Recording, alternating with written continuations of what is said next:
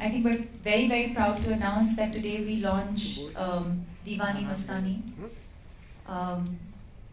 inspired by Mughal Azam in a sense.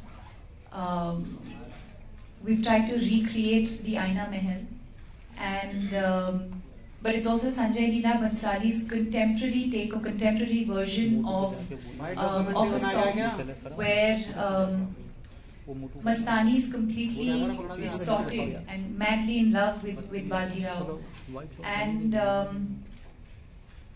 it's almost Nashila in a sense. You know, it doesn't matter to her where she is or who's watching. For her, she's like a horse with blinkers. Like she has eyes for no one else but this one man who's sitting in front of her, and I think Nasha is the right word. I think it's just, she's intoxicated by love. So that's a little sense of what the song is and also what Mastani feels for Baji Rao. And of course, this is the first song that we're launching. And I really wish Sanjay sir was here with us today. But I think there was a lot more to her than just the fact that she was a warrior princess. I think she was someone who came across as extremely determined, sensitive and emotional, but at the same time someone who can take on any challenge that she's faced with. And at the same time, when you say warrior, she was also a nurturer. You know, she was beautiful and there was nothing that she could not do. And I think she was complete in every sense. And for me, in today's time, I believe that there's a Mastani in every woman. A film like Baji Rao Mastani is not complete without the grandeur and the scale and the costumes. It's not complete without the way the director, the DOP has shot the film. So I think to be able to do justice to a film like this and to be able to mount it like that and make it look like that, I think it's the team effort of a lot of very, very talented professionals.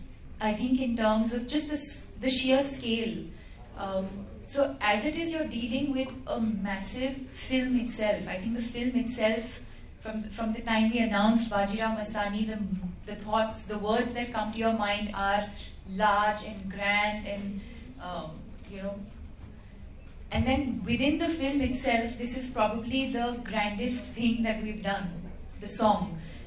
So to create this set, in fact, I remember we had the maximum numbers of visitors on this set. It had almost become like a museum. And we were very, very seriously at one point considering, because there's so much effort that's gone into creating this set. And when we finished shooting the song after like 9-10 days, we didn't have the heart to break it down.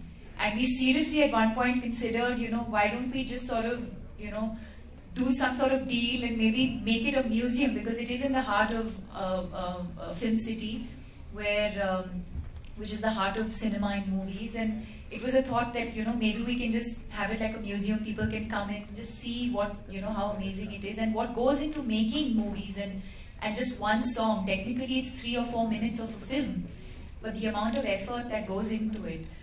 So yes, definitely. I mean, I've done, you know, I think I'd like to believe that I've been a part of some iconic songs, but I think this one really is the icing on the cake.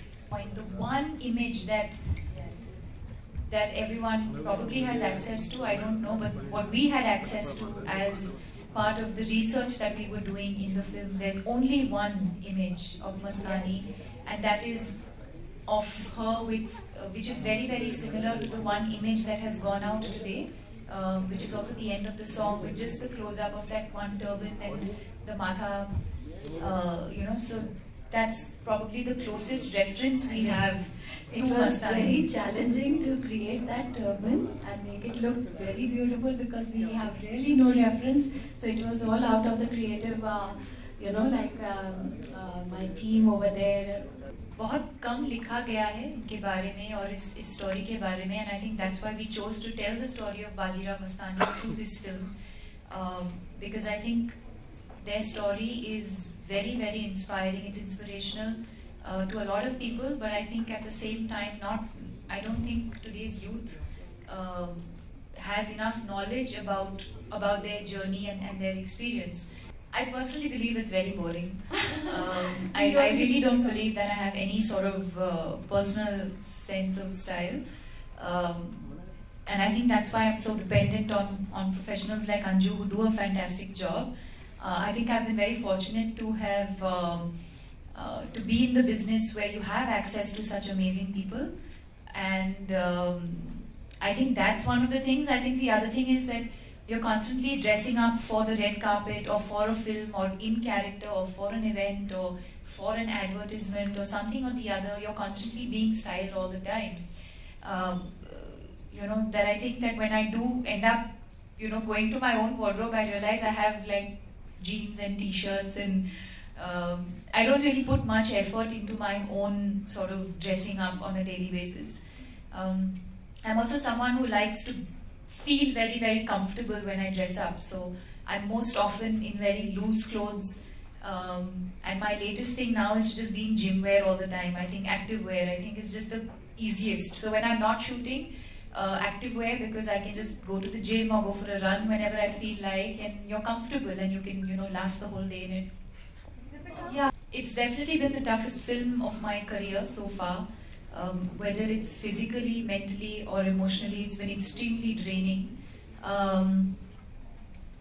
That's just the nature of the film, and that's the nature of the director that I'm working with. He's very, very demanding at every level. I'm sure Anju will agree with me. He's never happy with what he sees for the first time. There's a lot of compliment for Sanjay sir, because yeah, he's not compromising, and because he's very, very clear about what he wants.